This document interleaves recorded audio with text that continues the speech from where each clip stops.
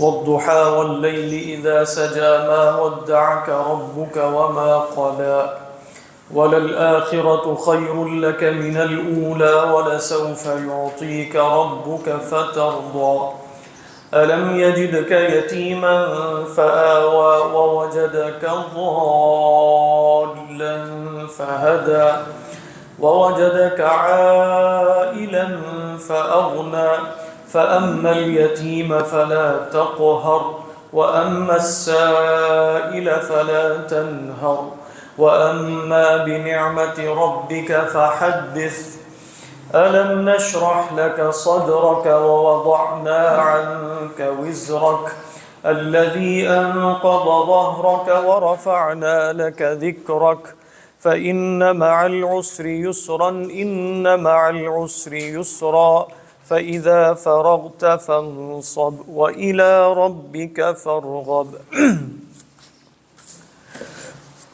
رب اشرح لي صدري ويسر لي أمري واحلل عقدة من لساني يفقهوا قولي اللهم ألهمنا رشدنا وأعذنا من شرور أنفسنا اللهم انفعنا بما علمتنا وعلمنا ما ينفعنا وزدنا علما اللهم صل على سيدنا محمد وعلى آل سيدنا محمد وبارك وسلم آمین یا رب العالمین۔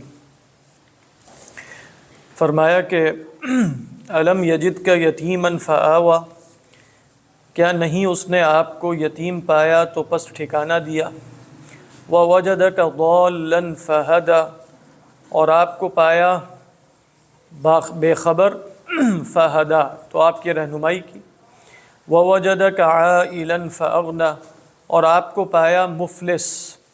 دیکھیے جو لفظ عائل ہے اس کا لغوی معنی ہے خاندان والا ہونا، یعنی عال یعول عولاً، اس سے اسم الفاعل کیا بنے گا؟ عائل۔ تو عائل اس کو کہتے ہیں، اسی سے عیال بھی ہے نا، لفظ عیال بھی اسی سے، عائل اسے کہتے ہیں کہ جس کا عیال بڑا ہو۔ تو جس کا عیال بڑا ہو اس کے مفلس ہونے کے امکانات زیادہ ہیں، ظاہری بات ہے، اس کی جو حاجات ہیں اور ضروریات ہیں وہ بڑھ جائیں گی۔ تو جیسے عربوں کے ہاں بھی یہ لفظ یہ بتا رہا ہے کہ اس لفظ کے اندر یہ تصور پایا جاتا ہے کہ بھئی عائل مفلس کو اس لیے کہتے ہیں کہ وہ بڑے خاندان والا ہے۔ اس لیے آپ دیکھیے کہ جو ہم نے سورہ نساء میں جو تعدد ازواج والی آیت ہے اس میں آیا تھا کہ فَإِنْ خِفْتُمْ أَلَّا تَعْدِلُوا فَوَاحِدَةً أَوْ مَا مَلَكَتْ أَيْمَانُكُمْ ذَلِكَ أَدْنَىٰ أَلَّا تَعُولُوا، تو عَالَ یعولو کا ہی لفظ وہاں بھی آ رہا ہے۔ تو وہاں ایک معنی جو مشہور ہے، جو زیادہ قوی ہے، وہ یہ ہے کہ یہ زیادہ قرین قیاس ہے، زیادہ قریب ہے اس بات سے کہ تم ظلم نہیں کرو گے، تو لہذا ایک ہی بیوی پر اکتفا کرو، ایک سے زیادہ شادیاں نہ کرو، تاکہ ایسا نہ ہو کہ تم بے انصافی کرنے لگو۔ تو عال یعولو کا وہاں دوسرا معنی بھی سلف سے مروی ہے، اور وہ معنی یہ ہے کہ ذالک ادنیٰ اللہ تعولوا، یہ زیادہ قرین قیاس ہے کہ تمہارا خاندان بڑا نہیں ہوگا، یعنی ظاہری بات ہے جب زیادہ شادیاں کرو گے تو زیادہ اولاد ہونے کی امید ہے، اندیشہ تو نہیں کہنا چاہیے، امید ہے، تو جب امید ہے تو یہ سب کچھ جو ہے مطلب خاندان بڑھے گا، تو خاندان بڑھنے کی وجہ سے مفلسی ہو جائے گی۔ ذالک ادنیٰ اللہ، تو ایسا نہ ہو کہ بالکل ہی تنگ دست ہو جاؤ اور تمہارا عیال بڑھ جائے اور تم مفلس ہو جاؤ۔ اس رائے کی بھی وہاں گنجائش موجود ہے، اور اس کا شاہد یہ کہ قرآن میں جیسے عائل مفلس کے معنی میں استعمال بھی ہوا ہے، یعنی کہا جائے نا کہ بھئی قرآن کا استعمال نہیں ہے ذالک ادنیٰ اللہ تعولوا، تو اب ہم دیکھ رہے ہیں کہ ووجدک عائلا فاغنیٰ، تو یہاں عائل سے کیا مراد ہے؟ مفلس، یعنی آپ کو ہم نے پایا مفلس تو ہم نے آپ کو غنی کر دیا، فاغنیٰ، بات واضح ہے۔ اور خود اغنا کا لفظ یہ بتا رہا ہے کہ جو عول ہے، جو عائل ہونا ہے، وہ جیسے غنا کے منافی ہے، بات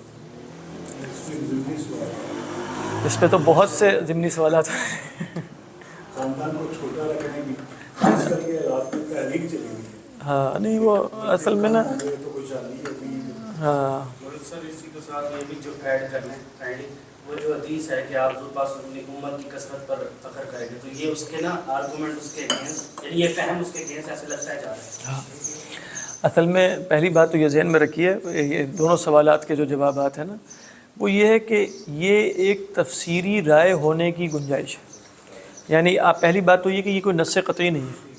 نص قطعی نہ ہونے کا مطلب کیا ہے؟ وہاں بھی میں نے جیسے عرض کیا اس جگہ قوی تر رائے کیا ہے؟ ذالک ادنی اللہ تعولو سے مراد ہے تجورو، کیونکہ عالی یعولو ظلم کرنے کے معنی میں بھی آتا ہے۔ اچھا اس میں بھی حکمت کیا ہے کہ ظلم کرنے کا مفہوم وہاں کیوں آیا کہ جس کا عیال بڑا ہوگا، جس کی بیویاں زیادہ ہوں گی، تو عیال بڑا ہونے کے نتیجے میں ظلم کے احتمالات بڑھ جائیں گے نا، تو وہاں بھی جو ظلم کا مفہوم پیدا ہو رہا ہے وہ بھی جیسے ایک لازمی مفہوم ہے۔ لیکن ذالک ادنی اللہ تعولو میں مشہور تفسیر کیا ہے کہ ذالک ادنی اللہ تجورو، تاکہ تم ظلم نہ کرو، تم بے انصافی نہ کرو۔ تو یہ بالکل درست ہے کہ بھئی بے انصافی نہ کرو، اس لیے کیا ہے کہ تم ایک سے زیادہ شادیاں نہ کرو۔ تو اچھا دوسرا یہ کہ وہ جو روایت ہے نا جس میں آپ نے فرمایا، اچھا پہلا جواب اس میں یہ تھا کہ یہ کوئی نص نہیں ہے کہ جس کو ٹکرا کے دکھایا جائے، یہ ایک احتمال ہے۔ دوسرا یہ کہ تزوجوا الولود الودود فإنی مکاثر بکم الامم، کہ بھئی شادی کرو اس عورت سے کہ جو ولود ہو، زیادہ بچے پیدا کرنے والی ہو۔ کیسے پتہ چلے گا کہ وہ ہے کہ نہیں؟ مطلب خاندان کے اعتبار سے، اور ودود محبت کرنے والی۔ تو فإنی مکاثر بکم الامم، تو میں کثرت تمہاری وجہ سے اپنی یعنی کثرت فخر کروں گا دوسری امتوں پر۔ تو یہ بات فی نفس دیکھیں، ایک ہوتا ہے جس میں آپ نا ایک عمومی مفہوم بیان کرتے ہیں نوع کے اعتبار سے۔ نوع کے اعتبار سے کیا ہے کہ ایک امت مسلمہ ہے، امت مسلمہ کی بقا اس میں ہے کہ لوگ راہب ہو جائیں اور شادیاں کرنا چھوڑ دیں، یا امت مسلمہ کی بقا اس میں ہے کہ لوگ شادیاں کریں تاکہ امت میں تسلسل رہے، امت میں کثرت ہو۔ یہ کیا ہے؟ جیسے آپ کہیں انسان بحیثیت انسان شادی کرنا چھوڑ دے تو نوع ختم ہو جائے گی نا، تو انسان کو بحیثیت انسان کیا کہا جائے گا؟ شادی کرو، اس لیے کہ یہ نوعی مقصد ہے۔ کیا ہے؟ نوعی مقصد۔ اچھا نوعی مقصد کئی دفعہ کیا ایک فرد واحد کے لیے حرام ہو سکتا ہے؟ ذرا یہ غور سے سنیے گا، یعنی نوعی مقصد کیا ہے کہ انسان بڑھنے چاہیے اور امت مسلمہ میں کثرت ہونی چاہیے، یہ کیا ہے مقصد؟ نوعی مقصد ہے، ٹھیک۔ اچھا آپ کے یا زید یا بکر کے لیے ممکن ہے کہ شادی حرام ہو؟ یہ تو ممکن ہے۔ آپ کہیں گے کیسے ہو سکتا ہے جب اللہ کے رسول نے فرمایا تزوجوا الولود الودود فإنی مکاثر بکم الامم، اور تم کہہ رہے ہو کہ بکر کے لیے حرام ہے؟ ہم کہیں گے یہ حکم کس درجے پہ ہے؟ امت کے درجے پر ہے۔ جیسے آپ کہتے ہیں ایک فرض کفایہ کا درجہ ہوتا ہے نا، تو فرض کفایہ میں کچھ لوگوں نے یہ کام کرنا ہی کرنا ہے، لیکن سب چھوڑ دیں گے تو گناہ گار ہوتے ہیں۔ اسی طرح جو نوعی واجبات ہوتے ہیں وہ انسانوں میں بحیثیت نوع چلتے رہنے چاہیے، لیکن اس کا مطلب یہ نہیں ہے کہ وہ نوعی واجب ہر بندے پر الگ الگ سے واجب ہوگا۔ تو ہم کہیں گے نہیں، فرد واحد کے بارے میں طے ہوگا اس کی، آپ کے الفاظ میں گراؤنڈ ریئلٹیز دیکھ کر کہ زمینی حقائق کیا ہیں، اس کے اعتبار سے طے ہوگا۔ اب اس کے اعتبار سے کیا وہ یہ طے کر سکتا ہے کہ میرے لیے کم بچے اچھے ہیں؟ ذرا غور سے سنیے گا، وہ اپنے اعتبار سے، یا وہ یہ طے کرے کہ میرے لیے شادی ہی نہ کرنا افضل ہے؟ نہیں، یہ ممکن ہے۔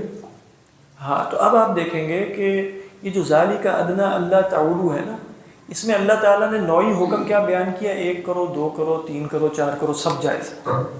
اب اس کے بعد جیسے اللہ تعالیٰ فرما یہ رہے ہیں کہ اب تم نے اپنے آپ کو دیکھنا ہے، یعنی ایک تو انسان بحیثیت یا امت بحیثیت نوع تم نے دیکھ لیے، اب تم نے اپنے حالات دیکھنے ہیں، میرے لیے 1 شادی ہے، یا میرے لیے 2 ہیں، یا میرے لیے 3 ہیں، یا میرے لیے 4 ہیں، یا 1 بھی نہیں۔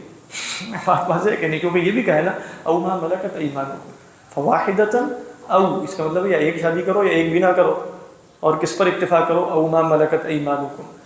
تو اب آپ دیکھیں گے کہ وہ حکم اپنی جگہ بالکل درست ہے، امت کے اعتبار سے یہی ہونا چاہیے، لیکن اس کا مطلب یہ نہیں کہ اس حکم کو ہر فرد واحد پر اب منطبق ہونا ہے کہ شادیوں کی 4 شادیوں کی تحریک چلاؤ، ہر شخص جو ہے مطالبہ شروع کر دیا جائے۔ بالکل درست نہیں۔ یہ میرے خیال ہے اس طریقے پر بات واضح ہو رہی ہے نا؟ ہاں، اس سے بلکہ تھوڑا سا بگاڑ بھی آیا تھا تحریک کے طور پہ نا، بندہ اپنے اوپر دے دیتا ہے۔ ہاں، اس کے وہ حالات نہیں، حقیقت ہے ساری موضوع صاحب نے بیان سن کے ہمیں بھی بات ہے کہ کوئی گناہ گار ہو رہے ہیں، حالانکہ حالات ایسے ہیں کہ ایک ہفتے ہو جائے صحیح طریقے سے وہ بھی بڑی بات ہے۔ ہاں نہیں وہ اس طرح ہے، لیکن میرا خیال ہے بات واضح ہو گئی۔ ہاں نشان صاحب آپ کا بھی سوال؟ فیملی پلاننگ کے بارے میں اب وہی ہے نا، اصل میں اس میں فرق کیا ہے؟ ایک ہے فیملی پلاننگ، آپ ایک فرد واحد کے حیثیت سے سوچتے ہیں، اور ایک ہے معاشرے میں اس کا رواج دیا جائے۔ فرق ہو گیا نا؟ معاشرے میں رواج ہونے کا مطلب ہے کہ امت کی سطح پر، انسانی نوع کی سطح پر اس کی ترویج دی جا رہی ہے۔ یہ تو ہم کہیں گے کہ مقاصد شریعت کے خلاف، سیدھی سی بات ہے۔ لیکن اگر کوئی شخص اپنی ذات کے اعتبار سے اس میں کوئی سوچتا ہے تو وہ تو یہ بھی اس سے بڑھ کر فیملی پلاننگ کیا ہوگی کہ وہ شادی نہ کرے. یعنی آپ کہیں کہ شادی کے بعد بچے 2 ہونے چاہیے, کتنے ہونے چاہیے, اس سے بڑی فیملی پلاننگ نہیں ہے نا کہ شادی نہ کرے. وہ فرد واحد کے لیے اللہ نے جائز رکھا ہے کہ نہیں رکھا, لیکن کیا امت کے لیے جائز رکھا ہے کہ شادی نہ کریں؟ خود ہی سوچیے. لہذا اس شادی نہ کرنے کی تحریک کو اگر امت کی سطح پہ چلایا جائے تو یہ تو بہت بڑی گمراہی ہوگی. اسی طرح بچوں کے کم ہونے کی پلاننگ کو امت کی سطح پر چلایا جائے, معاشرے کی سطح پر چلایا جائے, قوم کی سطح پر چلایا جائے تو یہ جرم ہوگا. لیکن اگر کوئی فرد واحد اپنے اعتبار سے اس میں کچھ فیصلہ کرنا چاہتا ہے, اپنے زمینی حقائق کے اعتبار سے تو کر سکتا ہے. فرق ہے دونوں احکام میں, اگر دیکھیں تو فرق ہوتا ہے. ایک پورا محکمہ ہے نا وہاں پہ ڈاکٹر بھرتی ہیں, لیڈ ڈاکٹر بھرتی ہیں, اسی کام کی ترغیب دے رہی ہے کہ کیسے بچے بنتے ہیں. بس وہ تو اصل میں ایک تو آپ کو معلوم نہیں ہے, مالتس صاحب جو تھے ان کی کیا تھیوری تھی پاپولیشن والی, اس کے مطابق تو دنیا اس وقت کھا پی نہیں رہی ہونی چاہیے تھی. میں صحیح کہا, اس کی جو تھیوری تھی اس کے مطابق پچھلی صدی کے آخر میں دنیا میں ریسورسز ختم ہو جانے تھے کہ اگر, اور واقعتاً آپ دیکھیں کہ آبادی میں نا ایک عجیب و غریب قسم کا ایک وہ ہے اضافہ.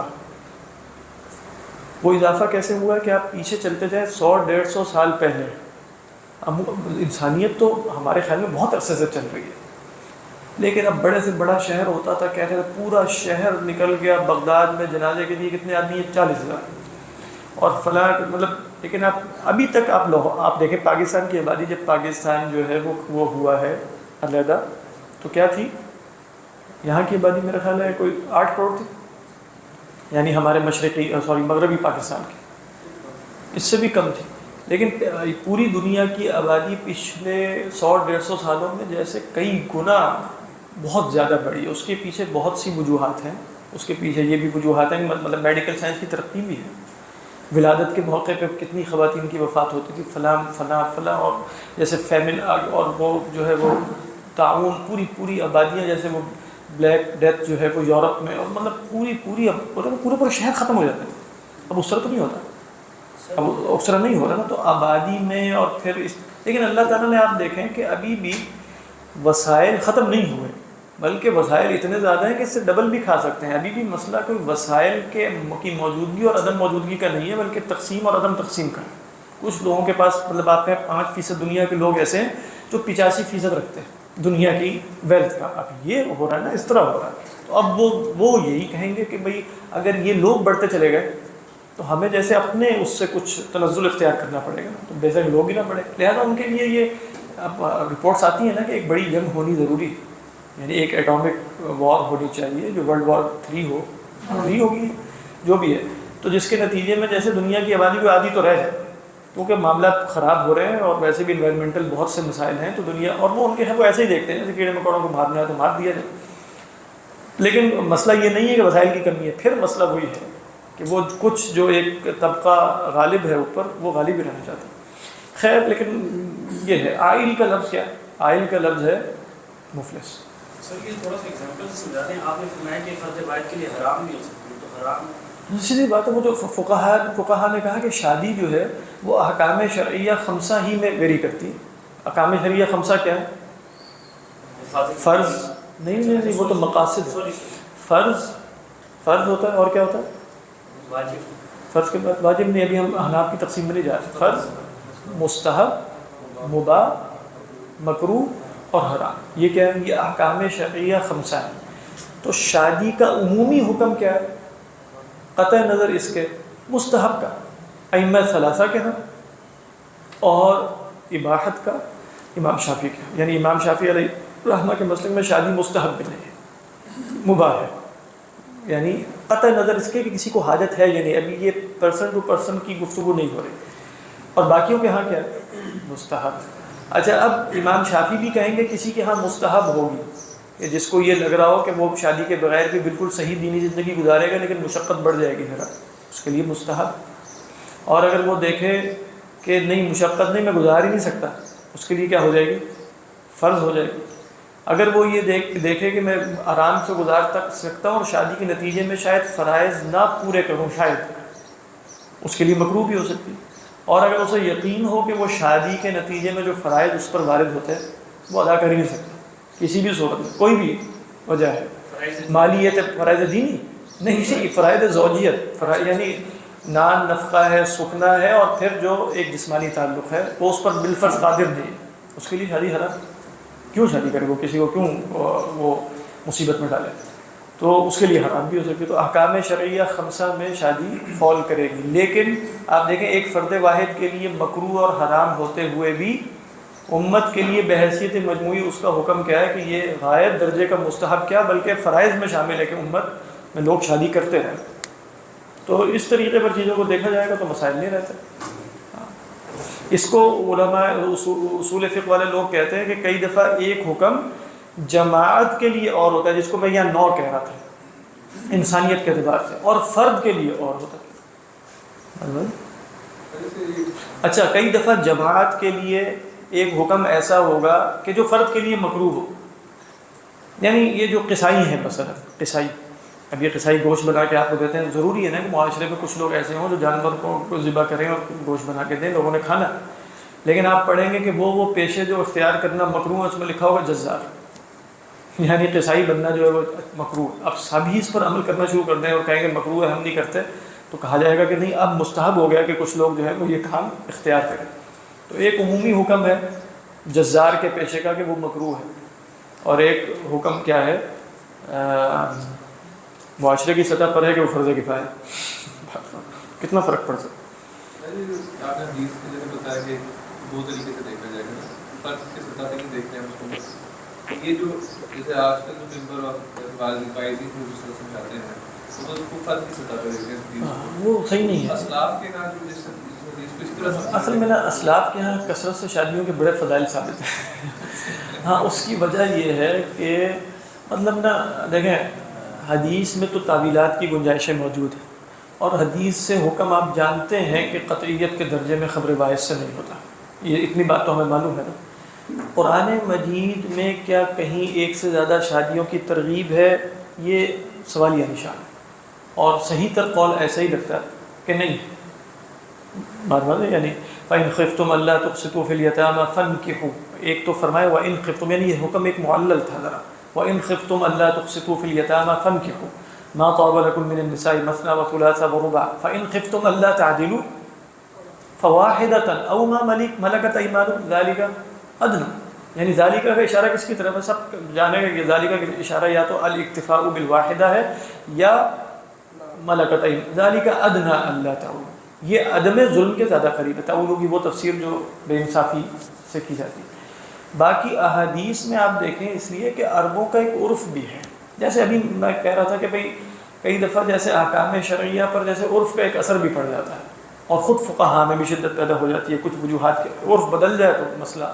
عربوں کا عرف تو چار کیا بے عدد بے حساب شادیوں کا تھا، لہذا اس عرف کے تناظر میں دیکھا جائے گا تو ان کو چار پہ لایا گیا ہے، اوپر سے نیچے لایا گیا. یہ نہیں کہ وہ ایک شادی کر رہے تھے تو ان کو کہا چار چار کیا کرو. یعنی فرق ہے نا. یعنی ہم اس آیت کو یوں پڑھ رہے ہیں کہ ایک شادی کر رہے ہو، اللہ نے کہا چار چار کیا کرو. آیت کے نازل ہونے کا تناظر یہ ہے کہ 15 کر رہے ہو، 4 سے زیادہ نہ کیا کرو. فرق ہو جائے گا دونوں معاملات. تو عرف وہاں زیادہ شادیوں کا تھا، اس میں کوئی شک نہیں ہے. تو وہاں زیادہ شادیوں کا بھی تھا اور بہت زیادہ طلاقوں کا بھی تھا. مطلب یہ بھی آپ ذہن میں رکھیے، طلاقیں بھی اسی حساب سے کہ اس میں کوئی مسئلہ نہیں تھا. اس کو طلاق دے دی، ٹھیک ہے، وہ ایک ہی عورت جو ہے وہ کتنے لوگوں کے نکاح میں جا رہی ہے، اور کوئی مسئلہ نہیں تھا کہ فوت ہو گیا تو اگلے دن ہی جیسے عدت تو ختم، مرد اگلے دن، یعنی مرد کی اگر بیوی فوت ہوئی ہے تو اگلے دن جیسے شادی ہو رہی ہے اس سے اگلے دن ہو. مطلب اس کا کوئی ہمارے ہاں تو آپ اس کی تحریک چلائیے. یعنی آپ دیکھیں کہ وہاں کا نہیں، وہاں کا عرف یہ تھا نا. تو ہم یہاں بھی کہیں کہ آپ ذرا صحابہ کے واقعات پڑھیں تو صحابہ فلاں صحابی ان کی بیگم فوت ہوئی، 4 دن بعد ان کی شادی ہو گئی فلاں. اب یہاں بھی ایک بندہ یہ تحریک چلا دے کہ بس جیسے تمہاری بیوی فوت ہو تو اس میں اللہ نہ کرے، مطلب بہت زیادہ عجیب سی بات ہو جائے گی. اس دور میں عرف کا فرق ہے نا. ایٹ اے ٹائم ہزاروں صحابہ شہید، ہاں بالکل، جنگیں بھی چل رہی تھی. وہ سینیریو بھی ہے. بالکل، اس لیے یہ بھی بات آپ کی درست ہے کہ اس طرح کا سینیریو آ جائے تو ایک سے زیادہ شادیاں بالفرض مستحب بھی ہو سکتی ہیں کہ خواتین کی تعداد بہت بڑھ جائے اور مردوں کی تعداد کم رہ جائے اور اس طرح ہو جائے. یہ ہے محمد صاحب کہ آئرن کا جو ورڈ ہے اس کی جگہ مفلس کیوں نہیں آئی؟ مطلب شان مصطفیٰ کے خلاف مطلب اصل میں مجھے ایسا لگتا ہے جیسے مفلس کا جو لفظ ہے نا وہ مجھے اس میں تحقیق نہیں ہے لیکن مجھے ایسا محسوس ہو رہا ہے کہ مفلس کا جو لفظ ہے نا وہ غیر مال میں بھی استعمال ہو جاتا ہے. مفلس فی العلم، مفلس فی، مطلب جیسے حدیث میں بھی مفلس کا بتا دیا نا کہ المفلس فی امتی من یأتی یوم القیامۃ بصلاۃ وزکاۃ وصیام ولکن قد شتم ھذا واکل مال ھذا وقذف ھذا. تو اب مفلس کے لفظ میں جیسے ایک توسع ہے تو بات ہے. اور عائل کا جو لفظ ہے اس کا اصل تعلق مالی تنگ دستی سے، تو لہذا مالی تنگ دستی ہی یہاں مراد ہے، اس لیے عائل کا لفظ ہے. واللہ عالم، اس میں تھوڑا سا غور کرنا پڑے گا، میں دیکھوں گا انشاءاللہ کہ مفلس اور اس میں کیا فرق ہے. تو فرمایا کہ وَوَجَدَكَ عَائِلًا فَأَغْنَىٰ، آپ کو کیا ترجمہ؟ نادار پایا. ٹھیک، آپ کیا کہتے ہیں؟ تنگ دست. مفلس سے زیادہ بہتر ترجمہ ہے تنگ دست یا نادار، لیکن نادار میں بھی جیسے تھوڑا سا ایک ہے تنگ دست، یعنی ہاتھ تنگ. نادار اور مالدار کا مطلب ہے نادار جس کے پاس کچھ ہے نہیں، لیکن وہی نا جس کے پاس کچھ ہے نہیں، کیا کیا نہیں ہے اس میں احتمالات زیادہ ہیں. لیکن تنگ دست میں جیسے بالکل متعین ہو گیا کہ جو تنگ دست بولتے ہیں تو اس کے ہاں کس شے میں تنگی ہے؟ خرچ میں تنگی، تنگ دست میں. فَأَغْنَىٰ، تو پس اس نے غنی کیا، یعنی آپ صلی اللہ علیہ وسلم کو غنی کیا. اب یہاں علماء میں اختلاف ہوا کہ اغنا سے کیا مراد. دو آراء ہیں اور دونوں کو جمع بھی کیا جا سکتا ہے. مشہور رائے یہ کہ یہاں اغنا سے مراد مالی تونگری بھی ہے، مالی امارت بھی ہے. وہ کیسے حاصل ہوئی؟ فرمایا کہ اولاً عبد المطلب سے، یعنی عبد المطلب جب تک موجود تھے تو آپ یتیم ہو گئے تھے نا، لیکن آپ کی فوراً کفالت کس نے شروع کر دی؟ اچھا، ابو طالب ویسے تنگ دست ہے، لہذا ابو طالب کا مرحلہ حذف کریں تو اس کے بعد مالی فراوانی کیسے ہوئی؟ پھر ذکر کچھ نے کہا کہ عبد المطلب سے، کچھ نے کہا خدیجہ رضی اللہ تعالیٰ عنہ سے. تو حضرت خدیجہ کے ذریعے آپ کو مالی تمنگری حاصل. پھر علماء نے کہا کہ اس کے بعد آپ دیکھیں گے کیسے کیسے ہوتا رہا. غزوہ خیبر کے موقع پہ، غزوہ بنو قریظہ کے موقع پہ، جہاں جب اللہ کے نبی صلی اللہ علیہ وسلم کے پاس جیسے جائیداد بھی آ گئی. جائیداد سے کیا مراد ہے؟ جیسے فدق کا باب، کچھ ایسے حصے جو مال فی میں سے آپ کی ملکیت میں چلے گئے تھے نا. ایسے آپ جانتے ہیں کہ جو مال فی ہے وہ اس کے 5 حصے نہیں ہوتے کہ 4 حصے ان میں تقسیم ہو اور باقی مسلم مجاہدین کا کچھ نہیں ہوتا. وہ اللہ اور اس کے رسول کا ہے، اور اللہ اور اس کے رسول کے بعد اس کے قرابت داروں کا، اور یہ سارا اختیار اللہ کے رسول کا ہے کہ وہ کس کو دیں گے اور کس کو نہیں دیں گے. تو غزوہ خیبر ہوا، غزوہ بنو قریظہ ہوا، ان واقعات کے بعد آپ کو تونگری حاصل ہوگی. لیکن اس میں اشکال یہ ہوتا ہے کہ فَأَغْنَىٰ میں ماضی ہے، وَوَجَدَكَ عَائِلًا فَأَغْنَىٰ. اگرچہ آپ تفسیر میں پڑھیں گے یہ بھی، لیکن یہاں وہ غنا ہونا چاہیے جو اس آیت کے نزول سے پہلے ہو چکا ہے. تو جو اس آیت کے نزول سے پہلے مالی غنا ہے وہ تو حضرت خدیجہ رضی اللہ تعالی عنہ کی صورت ہی میں ہے. تو زیادہ قوی تفسیر اگر مالی اعتبار سے ہے تو وہ حضرت خدیجہ ہیں رضی اللہ تعالی عنہ. اور آپ جانتے ہیں وہ واقعہ کہ جب انہوں نے کہا اللہ کے رسول سے صلی اللہ علیہ وسلم، جب آپ ایک دفعہ گھر میں تشریف لائے اور آپ نے قافلے کی حالت دیکھی کہ وہ بہت مفلوق الحال ہے، کچھ ان کے پاس کھانے پینے کو نہیں ہے، تو آپ غمگین گھر میں تشریف لائے.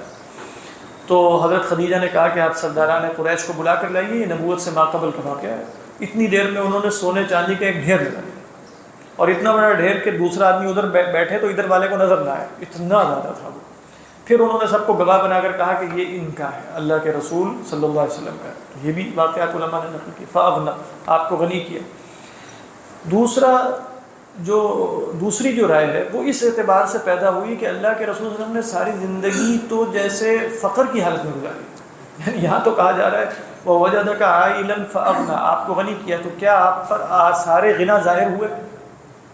وہ جو مال آپ کے پاس آیا وہ تو آپ سارا خرچ کر دیتے تھے اللہ کی راہ میں. کوئی بھی اپنے پاس جمع جوڑ کر کے نہیں رکھا نا آپ نے. وہ واقعہ بھی آپ نے پڑھا ہوگا کہ آپ ایک دفعہ نماز پڑھائی اور پھلانگ کر گئے، اور فرمایا کہ وہ رات جو آیا تھا اس میں سے 2 اشرفیاں یا دینار یا درہم پڑے رہ گئے تھے. میں نے کہا کہ بھئی وہ بھی نکال کے خرچ کر دو. تو پھر غنا سے کیا مراد؟ اور وہ حدیث بھی نقل کی جاتی ہے الفقر فخری، اگرچہ وہ حدیث ثابت تو نہیں لیکن مفہوم تو یہ، فقر جو ہے وہ میرا فخر ہے، اور فقر اللہ کے رسول کا اختیاری تھا. تو پھر کہا کہ غنا سے مراد دل کا غنا ہے. غنا سے مراد کیا ہے؟ حضرت حسن بصری فرماتے ہیں قناعت، یعنی لیس الغنى عن کثرت العرض، کہ غنا جو ہے وہ مال کی کثرت سے نہیں ہے، ولکن الغنى غنى النفس، مسلم کی روایت، ولکن الغنى غنى النفس. تو پھر یہاں ہوگا کہ جیسے آپ کے دل کو ان چیزوں سے ماورا کر دیا. اور حقیقی غنا کیا ہے؟ یعنی اگر آپ کہیں غنا کا مطلب کیا ہوتا ہے، چاہے وہ مالی ہو یا غیر مالی، غنا کا مطلب ہے عدم حاجت. کبھی عدم حاجت اس لیے کہ میرے پاس ہے، اور کبھی عدم حاجت اس لیے ہے کہ میں التفات ہی نہیں کرتا.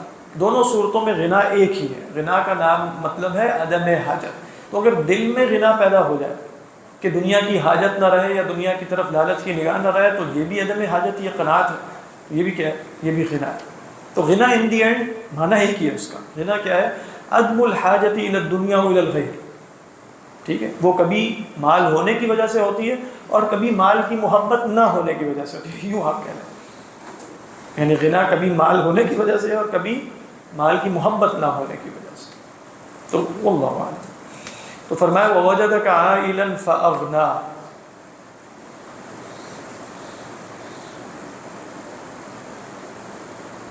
دیکھیں یہاں انہوں نے جو تفسیر اختیار کی ہے نا، کہتے ہیں اغناؤہ صلی اللہ علیہ وسلم اعطاؤہ الکفاف من العیش. اللہ کے رسول صلی اللہ علیہ وسلم کو غنا کرنے کا مطلب ہے کہ آپ کو اتنا دے دیا جتنا آپ کے لیے کافی ہو جائے. یعنی اس میں یہ کیا معنی بیان، یہ بھی بیان کیا گیا ہے. ویسے وہ معنی بیان کہ غنا اصلاً وہ ہے کہ جس میں غیر کی حاجت نہ ہو. غیر کی حاجت کب نہیں ہوتی آپ کو؟ جب آپ کے پاس قوت لا یموت ہو، کم از کم آپ کی زندگی گزرتی چلی جائے. تو اللہم اجعل رزق آل محمد قوتا کا مطلب کیا ہے؟ بحیث لا یحتاج آل محمد الی غیرہم، ان کو کسی اور کی حاجت نہ ہو، تو چاہے وہ قوت لا یموت ہی کیوں نہ ہو. فَأَمَّا الْيَتِيمَ فَلَا تَقْهَرْ قَهَرَ يَقْهَرُ قَهْرًا. اس کا مطلب ہوتا ہے جبر کرنا یا زبردستی کرنا. اللہ کے لیے بھی جو لفظ قہار استعمال ہوتا ہے اس کا ایک معنی کیا بیان کیا گیا؟ غالب کا. اور ایک معنی یہ بیان کیا گیا کہ اسی کی مرضی ہوتی ہے، جبر کرتا ہے. وَهُوَ الْقَاهِرُ فَوْقَ عِبَادِهِ. تو ترجمہ بنے گا تو پس. اب یہ جو فا ہے نا، فا علماء نے کہا یہ تعلیل اور ترتب کا ہے. کیا مطلب؟ کیونکہ اللہ نے آپ کو پناہ دی جب آپ یتیم تھے، کیونکہ اللہ نے آپ کو ہدایت دی جب آپ سائل تھے، ابھی آپ یوں کہہ رہے ہیں ہدایت کے طالب تھے، اور اللہ نے آپ کو غنا امیری دی، تونگری دی جب آپ تنگ دست تھے. تو اب اس پر مترتب کیا ہونا چاہیے؟ تو آپ بھی یتیم کو نہ کیجیے. بالکل. فا اما الیتیم، کیا ترجمہ؟ فا اما الیتیم التقہر کا کیا ترجمہ؟ تو آپ یتیم پر سختی نہ کریں. اور بریکٹ میں اس کے شکریہ کا، ہاں وہی اس کا شکریہ کا مفہوم کیسا ہوا؟ فا. فا یعنی کل ھذا یؤدی الی ھذہ النتیجہ. مراد یہ آیت کی مبارکہ جو ہے یہ عمومی ہے یا کون سی آیت؟ فَأَمَّا الْيَتِيمَ. ہاں دیکھیں وہ جو حدیث میں آیا نا کہ اللہ کے نبی صلی اللہ علیہ وسلم نے فرمایا کہ اللہ تعالیٰ اپنے انبیاء کو بھی وہی حکم دیتا ہے جو اہل ایمان کو دیتا ہے. یعنی ہر حکم جو نبی کو دیا گیا ہے صلی اللہ علیہ وسلم وہ اہل ایمان کے لیے شمار ہوگا، الا یہ کہ دلیل سے پتہ چلے کہ وہ حکم خاص ہے. تو یہاں کوئی دلیل نہیں ہے کہ فَأَمَّا الْيَتِيمَ فَلَا تَقْهَرْ کا حکم آپ کے ساتھ خاص ہے. کوئی دلیل ہے؟ بلکہ خود ہمیں کہا گیا ہے کہ انا وکافل الیتیم، مطلب ترغیب دی گئی نا یتیم کی کفالت اور یتیم کے سر پر ہاتھ پھیرنے کی، اور یہ سب ترغیب دی گئی. تو یہ حکم اللہ کے رسول صلی اللہ علیہ وسلم کے ساتھ خاص نہیں. اسی کا پوچھ رہا تھا نا اما الیتیم فلا تقہر. ہاں بالکل خاص ہے. لیکن اس میں کوئی صورت ایسی ہو سکتی ہے جیسے جس میں یتیم کے ساتھ کچھ معاملہ اس طرح کا، یعنی کوئی استثنائی صورت ممکن ہے؟ اصل میں دیکھیں یتیم کے ساتھ معاملہ آپ اپنے بچوں کا سے کریں گے نا. یعنی تقہر کا مطلب ہے یتیم کے ساتھ زیادتی یا اس کے اوپر زبردستی، اس لیے کہ وہ یتیم ہے، اس کا پوچھنے والا کوئی نہیں. ایک یہ ہے کہ تربیت کے لیے آپ کو کچھ اسالیب اختیار کرنے پڑتے ہیں، جیسے آپ اپنے بچوں کے لیے کرتے ہیں تو کسی دفعہ سختی تو ہوتی ہے، لیکن پھر بھی جیسے ہے کہ آپ اپنے بچوں پر سختی کرتے ہیں تو ان کو پتہ ہے یتیم کے ساتھ پھر بھی جیسے اس سے ہلکا رویہ اختیار کیا جائے گا. الا یہ کہ وہ یتیم کے ساتھ معاملہ ایسا ہو کہ واقعتاً یتیم ایسا ہی سمجھے کہ میں اس گھر کا فرد ہوں، پھر تو کوئی مسئلہ نہیں. وَأَمَّا السَّائِلَ فَلَا تَنْهَرْ. نہر ینہر، نہرن کہتے ہیں الغلظۃ فی القول. الغلظۃ فی القول، قول میں شدت اختیار کرنا، عمل میں نہیں، قول میں. تو کیا ترجمہ ہے؟ جھڑکنا جس کو ہم کہتے ہیں، ترجمہ یہی کیا جاتا ہے، لیکن مراد ہے وَأَمَّا السَّائِلَ، سائل کو آپ سخت بات نہ کہیے، سخت بات نہ کہیے. قُل لَّهُمْ قَوْلًا مَّعْرُوفًا جو آیا وَإِمَّا تُعْرِضَنَّ عَنْهُمُ ابْتِغَاءَ رَحْمَةٍ مِّن رَّبِّكَ تَرْجُوهَا فَقُل لَّهُمْ قَوْلًا مَّيْسُورًا، یعنی اگر تم نے اعراض بھی کرنا ہے مانگنے والوں سے اپنے رب کی رحمت کی امید میں، تو پھر ان سے بات وہ کرو کہ جو میسور ہو. تو گویا نہر کے مقابلے میں کیا بات ہے؟ یسر کی بات ہے. ٹھیک ہے، ابھی نہیں ہے انشاءاللہ بات. اس کی ضرورت پیش آتی ہے. ہاں کسی کو ضرورت. تو یہ جو ہے کہ چمٹ کے مانگ رہے ہیں کہ جی حال میں دینا ہے. حضرت تھانوی نے آگے لکھا ہے اس میں، ہاں بتانا، حضرت تھانوی جواب دے رہے ہیں. کہ سائل کے زجر کی ممانعت اس صورت میں ہے جب وہ نرمی سے مان جائے، ورنہ اگر اڑکھڑا ہو جائے تو اور کسی طرح نہ مانے تو زجر جائے. اگر اڑکھڑا ہو جائے تو آپ بھی کھڑکھڑے ہو جائیں. یہ جواز ہے. اصل میں حضرت تھانوی کے مزاج کے مطابق جواب ہے، کیونکہ حضرت تھانوی کے پاس تو عام آدمی بھی آتا تھا تو وہ کہہ رہے تھے کہ یہ تھوڑے اڑکھڑے سے ہو گئے.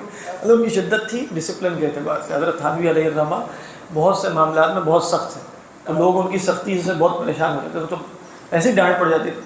یعنی وہ آگے بندہ یہ بھی کہے گا تو کہ تم یہ کیوں کہا، اس مطلب اس طرح بات کرنی چاہیے تھی تمہیں، اس طرح کی بات کی ہے وغیرہ وغیرہ. تو حضرت تھانوی علیہ الرحمہ کا مزاج اس لحاظ سے سخت ہے. تو یہ بھی ذہن میں رکھیے، یعنی آپ یہ بات دیکھیں گے تفسیر میں کہ جو علماء کے امزجہ ہوتے ہیں نا، ان کا بھی عمل دخل. میں یہ نہیں کہہ رہا کہ تفسیر ادھر غلط ہے، بالکل ٹھیک ہی بات کی ہے انہوں نے، ایسے ہی ہے. ہاں نقل ہی وہی، لیکن ہو سکتا ہے کہ ایک مفسر یہ نقل نہ کرتا. یعنی یہ تو ممکن ہے نا کہ ایک مفسر نقل کرتا ہے نہ کرتا، تو یہ اثر ہوتا ہے. مطلب سیدھی سی بات ہے. آپ حضرت حسن بصری کے مباحث پڑھیں وہ اور ہے، حضرت امام ابن سیرین کے مباحث پڑھیں وہ اور ہے، حضرت حارث المحاسبی کے مباحث پڑھیں وہ اور ہے. بہت سی چیزوں میں وہ شدت دکھا رہے ہوں گے، وہ انہی چیزوں میں نرمی دکھا رہے ہوتے ہیں. وہ انہی چیزوں میں مطلب فرق، مزاجوں کا بہت فرق آ جاتا ہے. اور پھر جس اثر میں وہ ہوتے ہیں، یعنی میں نہیں مطلب تفسیر کا کچھ حصہ تو قطعی ہوتا ہے. یہ ہم یہ نہیں کہہ رہے کہ تاریخیت النصوص ہے، سب کو ایک ہسٹوریسائز کرنا ہے. ہسٹوریسائز کرنا تو بڑا خطرناک ہے، لیکن مراد یہ کہ تفسیر میں اور احکام شرعیہ میں کچھ حصہ سب علماء مانتے ہیں نا جو زمان و مکان سے مقید ہوتا ہے. تو اس میں ایک اور اضافہ کر لیں، وہ زمان و مکان اور اشخاص سے مقید ہے، اس میں کوئی شک نہیں. جو شعر ہے شکستہ اور عزیز طرح نگاہ آئینہ ساز میں، ہاں اس میں ڈاکٹر صاحب نے جو ہے نا مثال دی حضرت خالد بن ولید کی کٹی پٹی جسم کہ وہ نگاہ آئینہ ساز. حضرت خالد بن ولید کی یا حضرت حمزہ کی؟ حمزہ کی. حمزہ کی کہ وہ آئینہ ساز کی نگاہ میں کیسی ہے. مولانا طارق جمیل صاحب بھی یہی شعر پڑھتے ہیں، وہ مثال دیتے ہیں کہ لوگوں کو بےزتی کرنے دو، لوگوں کو کہنے دو. یعنی ان کا ایک مزاج اس طرح سے ہے اور ڈاکٹر صاحب کا مزاج تھوڑا سا. ہاں بالکل صحیح بات. ہاں مطلب لیکن دونوں استدلال درست ہے. جی دونوں استدلالات. یعنی شکستہ ہونا کبھی جیسے ظاہری اعتبار سے شکستہ ہونا اور کبھی شکستہ ہونا لوگوں کی باتیں سن سن کے ٹوٹ پھوٹ جانا، اور لیکن پھر بھی کچھ نہیں شکستہ تو دونوں ہی شکستہ. فَأَمَّا السَّائِلَ فَلَا تَنْهَرْ وَأَمَّا بِنِعْمَةِ رَبِّكَ فَحَدِّثْ. یہ جو بنعمت ربی کا ہے یہ حدث کا متعلق ہے، یعنی اصلاً مفعول بھی ہے، یعنی حدث بنعمت ربی کا. جیسے ہم ہر جگہ دیکھ رہے ہیں نا مفعول بھی مقدم ہو رہا ہے، یعنی فَأَمَّا الْيَتِيمَ فَلَا تَقْهَرْ، کیونکہ حدث کے ساتھ با کا صلہ آ جاتا ہے نا اس لیے. اور اسی طرح وَأَمَّا السَّائِلَ فَلَا تَنْهَرْ وَأَمَّا بِنِعْمَةِ رَبِّكَ فَحَدِّثْ. اس کے ایک سے زیادہ معنی بیان کیے گئے. ایک معنی تو یہ ہے کہ اللہ کی جو جس کو ہم کہتے ہیں نا تحدیث بالنعمہ کے طور پہ بیان کرنا، ٹھیک ہے. تو تحدیث بالنعمہ کے طور پہ بیان کرنے کا مطلب تو ہم تو کئی دفعہ اپنے لیے بیان کرتے ہیں کہ میرے میں، لیکن پھر ہم کہتے ہیں کہ تحدیث بالنعمہ. تحدیث بالنعمہ کا مطلب ہے جو بھی اپنے بارے میں بیان کرو وہ اس شرط کے ساتھ کہ وہ اللہ کی نعمت ہے. یعنی جیسے مثال کے طور پہ قارون نے بھی اپنے پاس کچھ تھا وہ بیان کیا کہ میرے پاس یہ ہے، لیکن بنعمت ربک کی قید کے ساتھ بیان نہیں کیا، بلکہ اس نے کیا کہا کہ اوتیتہ علی علم عندی. تو یہ قید کا مطلب یہ نہیں ہے کہ آپ زبان سے یہ قید لگائیں. قید کا مطلب یہ ہے کہ حقیقتاً یہ حال میں اور آپ کے دل کی جو گہرائیاں ہیں اس میں یہ بات طے شدہ ہو کہ اس میں میرا کوئی کمال نہیں. تو جو بھی بیان کیجئے فحدث بنعمت ربک. تو یہاں با ہو جائے گا، حدث کا مفعول بھی محذوف ہے، با جو ہے وہ مصاحبت کا ہے. کیا مطلب؟ یعنی حدث ما حدث ولكن بنعمت ربک. جیسے ہم کہتے ہیں اقرأ باسم ربک الذی خلق. دوسرا معنی یہ بیان کیا گیا کہ نعمت ہی کا بیان کرنا ہے، کہ آپ پر جو نعمتیں ہوئی ہیں ان کا بیان کیجیے کہ اللہ کا میرے اوپر یہ فضل ہے، اللہ کا میرے اوپر یہ فضل ہے، اللہ کا میرے اوپر یہ فضل ہے۔ وہ فضل کیا ہے؟ ابھی بتایا نا، میں یتیم تھا، دیکھو اللہ نے میرے ساتھ کیا کیا، میں ضال تھا تو اللہ نے میرے ساتھ کیا کیا، میں عائل تھا تو اللہ نے میرے ساتھ کیا کیا۔ تو اما بنعمت ربک فحدث۔ تیسرا معنی جو زیادہ قوی ہے وہ یہ ہے کہ اللہ کی جو آپ پر نعمت ہوئی ہے اس کو بیان کریں۔ اس کو بیان کرنے سے مراد ہے سب سے بڑی نعمت نبوت اور رسالت کی ہے، کیونکہ آپ سائل تھے تو آپ کو ہدایت ملی نا۔ تو ہدایت کیا ملی ہے آپ کو؟ نبوت اور وحی کی صورت میں ملی ہے۔ تو اس نبوت اور وحی کا آگے بیان کیجیے، یعنی تبلیغ کیجیے۔ فحدث بنعمت ربک فحدث واما بنعمت ربک فحدث، حدث بوحی اللہ سبحانہ وتعالی وبرسالتہ وبنبوتہ، یعنی بلغ هذه الرسالۃ الی الناس۔ یہ مفہوم بھی سلف سے مروی ہے۔ حضرت تھانوی نے کیا مفہوم ہے؟ انہوں نے پیچھے سے کیا کہ دو طرح کے شکر ہے، پیچھے جو ہے وہ شکر فعلی ہے جو عمل یتیموں پر، اور یہ دل لسانی۔ شکر لیکن کیا مطلب اور بھی کچھ بیان کیا بریکٹ میں کہ مراد کیا ہے؟ لکھا ہے اور اپنے رب کے انعامات مذکورہ کا تذکرہ کرتے رہا کیجیے، بریکٹ اب چھوڑیے، یعنی زبان سے، یعنی دیکھیے مذکورہ، اب یہ تقریباً وہ دوسری تفسیر جو ہم نے کی تھی نا کہ آپ کے رب نے آپ کے ساتھ یہ کیا، یہ تو ان باتوں کا آگے بیان کیجیے۔ تو بات حضرت تھانوی نے کیسے لی کہ پیچھے شکر فعل سے بھی ہوتا ہے، شکر لسان سے بھی ہوتا ہے۔ تو شکر فعلی کیا ہے؟ فَأَمَّا الْيَتِيمَ فَلَا تَقْهَرْ وَأَمَّا السَّائِلَ فَلَا تَنْهَرْ۔ اور شکر لسانی کیا ہے کہ زبان سے بھی بتائیے کہ اللہ کا مجھ پر کتنا بڑا فضل ہے، وَكَانَ فَضْلُ اللَّهِ عَلَيْكَ عَظِيمًا۔ اور کیا کہتے ہیں؟ یعنی زبان سے بھی قولی شکر کیا کیجیے کہ اللہ تعالیٰ نے مجھ پر یہ احسان کیا۔ ہاں، یعنی اس میں نعمت سے مراد نعمت ہی لے رہے ہیں، جو اللہ کی نعمتیں آپ پر ہوئی ہیں ان کا آگے زبان سے بھی بیان کیجیے۔ جو ہم نے تیسری رائے بیان کی تھی اس میں نعمت سے مراد یہ مذکورہ نعمتیں نہیں ہیں، بلکہ نعمت سے مراد کیا ہے؟ وہی۔ بات سمجھ میں آ گئی؟ اچھا، اس کی کیا دلیل ہے ما قبل سے؟ اس لیے کہ آپ دیکھیں 3 اللہ کے فضل بیان کیے گئے تھے، تو اس کے مقابلے میں ہر ایک کے پیرالل ایک چیز ہونی چاہیے۔ جیسے ہم نے پیچھے دیکھا الم یجد کا یتیمن، تو کیا ہے؟ فَأَمَّا الْيَتِيمَ فَلَا تَقْهَرْ وَأَمَّا السَّائِلَ فَلَا تَنْهَرْ، کیونکہ آپ غنی ہو گئے ہیں تو جو فقیر ہے وہ آپ سے مانگنے آئے گا تو اس کو آپ کیا نہ کیجیے،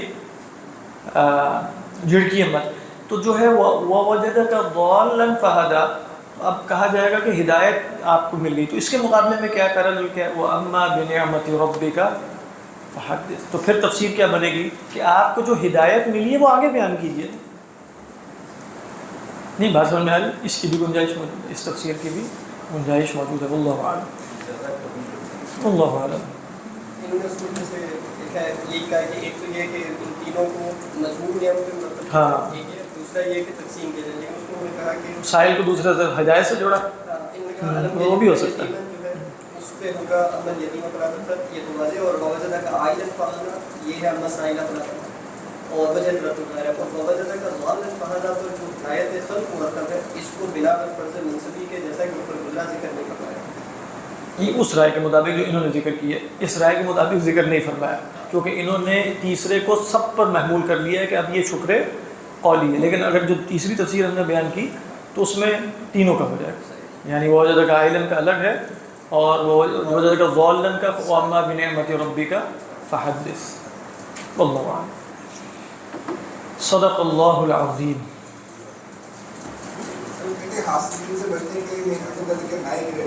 ہاں، وہ اصل میں نعمتوں کا ذکر کا بھی قاعدہ جو علماء نے بیان کیا نا وہ یہ ہے کہ اپنی نعمتوں کا بیان اپنے خیر خواہوں اور محبوب لوگوں کے سامنے ہونا چاہیے جو آپ سے حقیقی محبت رکھتے ہیں۔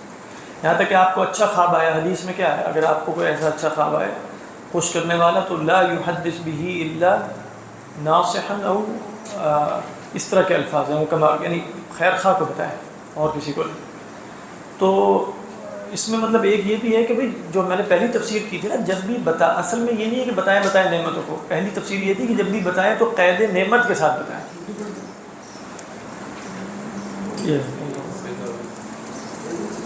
اس میں بھی اکثر لوگوں کا جو انداز گفتگو یا بیان ہوتا ہے بڑا مختلف ہوتا ہے۔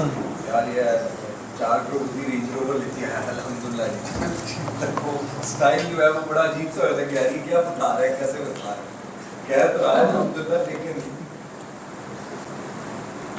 وہ تو اللہ وہی میں بتا رہا ہوں، تو نیتوں کے حل تو اللہ جان ہی دیتا ہے.